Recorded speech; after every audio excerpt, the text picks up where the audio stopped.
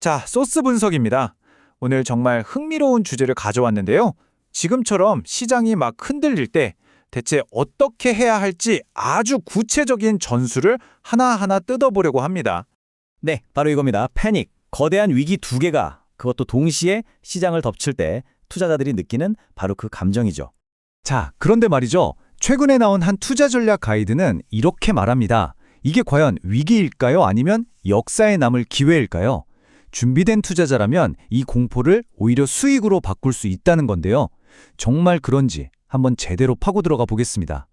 네, 시장의 퍼펙트 스톰, 투자자들의 믿음을 뒤흔들고 있는 두 가지 사건이죠.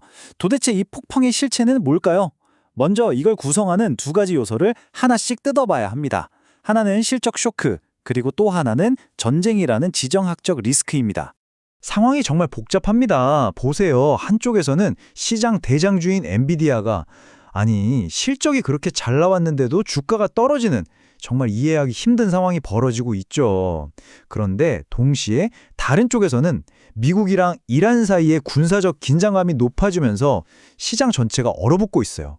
그야말로 엎친 데 덮친 격이죠. 자, 그럼 패닉의 이면을 한번 들여다볼까요? 도대체 왜 이런 일이 벌어지고 있는 걸까요? 우리가 생각하는 것과는 좀 다를 수 있습니다. 이 분석 자료가 지적하는 진짜 이유가 정말 흥미롭거든요. 바로 속삭임 수치, 영어로는 위스퍼 넘버스 때문이라는 겁니다. 이게 뭐냐면요, 공식적인 발표는 아닌데 기관 투자자들 사이에서만 암암리에 도는 진짜 기대치 같은 거예요. 보통 공식 전망치보다 훨씬 높죠.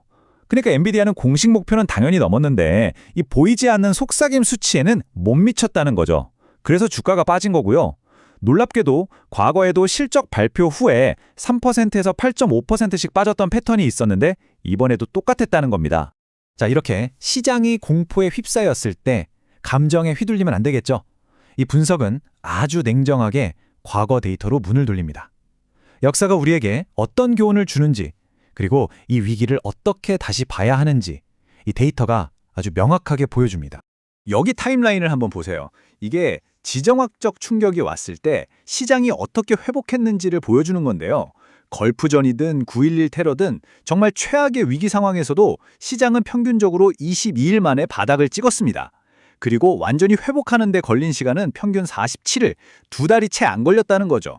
이건 정말 중요한 사실입니다. 바로 이겁니다. 결론은 뭐냐? 지금 이 상황은 경제가 무너지는 펀더멘털 위기가 아니라는 겁니다. 이건 그냥 최대 두 달짜리 박앤세일이라는 거죠. 관점을 완전히 바꾸는 겁니다. 좋습니다. 그럼 이제 구체적인 행동 계획으로 들어가 보죠. 첫 번째는 요새 전략입니다. 이건 예를 들어 FNGU 같은 종목의 포지션을 이미 다 채운, 그러니까 더 살 돈이 없는 투자자를 위한 계획입니다. 이 전략의 핵심은 동면입니다. 규칙은 아주 간단하고 기계적으로 따라야 해요. 시나리오가 두 개죠. 첫째, 미리 걸어둔 23.95달러 손절선이 터졌다? 그럼 축하합니다. 당신은 이미 100% 현금으로 빠져나온 승자입니다. 그냥 아무것도 안 하고 기다리면 돼요. 둘째, 아직 주식을 들고 있다? 절대 패닉에 빠져서 던지면 안 됩니다. 추가 매수도 금지고요. 그냥 딱 하나만 하면 됩니다. 목표가인 25.20달러에 매도 주문을 걸어놓고 그냥 잊어버리는 겁니다. 마치 겨울잠 자듯이요. 아까 봤던 47일 회복 타임라인을 믿는 거죠. 자, 이번엔 두 번째 실행 계획, 청소부 전략입니다. 이건 앞선 경우와는 정반대예요.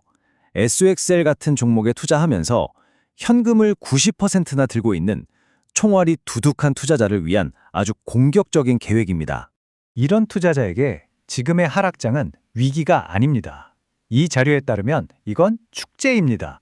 그야말로 완벽한 기회의 장이 열렸다는 거죠.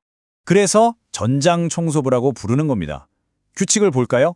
첫째, 감정은 완전히 빼고 미리 정해둔 플러스 5% L롱시 매수 주문 원칙을 그냥 지키는 겁니다. 둘째, 그냥 내버려 두세요.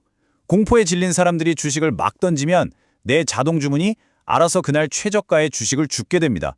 그러면 어떻게 될까요? 내 평균 매수 단가는 쭉쭉 내려가겠죠?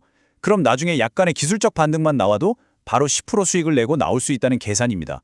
말 그대로 남들의 공포를 먹고 자라는 전략인 셈이죠. 자, 지금까지 두 가지 구체적인 전략을 봤는데요. 사실 말은 쉽죠.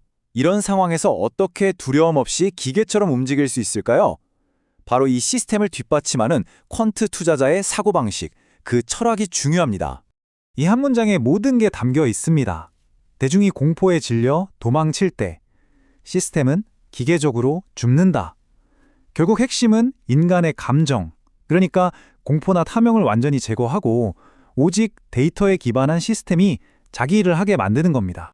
그래서 이 분석이 우리에게 던지는 마지막 질문은 바로 이겁니다. 여러분들의 시스템은 다음 폭풍에 대비가 되어 있습니까? 결국 중요한 건 위기가 올지 안 올지 예측하는 게 아니라는 거죠. 언제든 위기가 닥쳤을 때 흔들리지 않고 원칙대로 대응할 수 있는 나만의 견고한 시스템이 미리 준비되어 있느냐, 바로 그게 핵심입니다.